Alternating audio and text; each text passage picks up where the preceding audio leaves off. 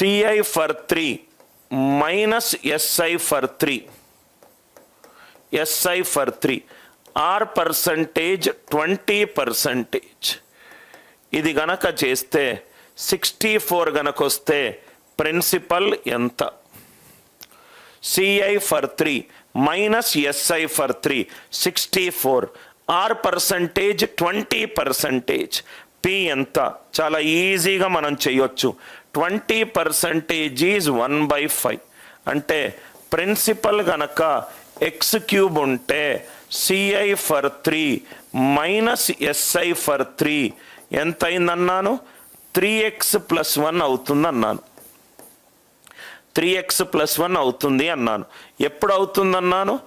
R percentage 1/x ఉన్నప్పుడు అన్నాను. ఇది కాన్సెప్ట్. R percentage 1/x అవుతే ప్రిన్సిపల్ ఎక్స్ క్యూబ్ అవుతుంది.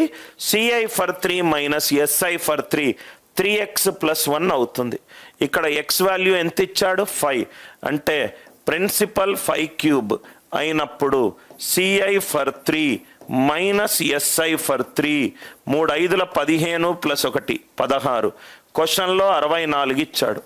ఇంటూ 4 125 ఇంటూ 4 ఎంత? 500. ఎంత? 500. లాజిక్ అర్థమైందా? అందరికీ అర్థమైందా? నరేష్, నువ్వు 3 ఇయర్స్ చేయమన్నావు. ఇన్ఫ్యాక్ట్ నేను నీకు తిరిగి 4 ఇయర్స్ అడుగుతాను. ఇదే లాజిక్లోకి వెళ్ళాలి. Are you all with me? So ఇది ఇక్కడ చూడండి sir. CI for 3 minus SI for 3 ఇది ఆన్సర్ కనుక్కోండి సార్.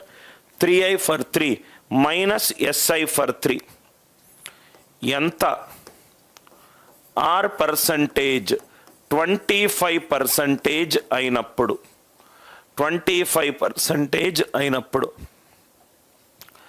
ప్రిన్సిపల్ ఒక 480 ఇస్తున్నాను. CI for 3 minus SI for 3 ఎంత? R percentage 25% అయినప్పుడు 25% ఈజ్ 1/4. కాన్సెప్ట్ ఏంటి? ప్రిన్సిపల్ ఎక్స్ క్యూబ్ అయినప్పుడు CI for 3 minus SI for 3 ఎంత అవుతుంది? 3x + 1 అవుతుంది.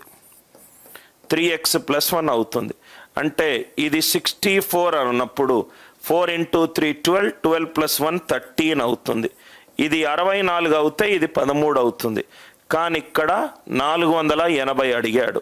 అంటే 480/64 ఇంటూ 13 13/65 అంటే 20%.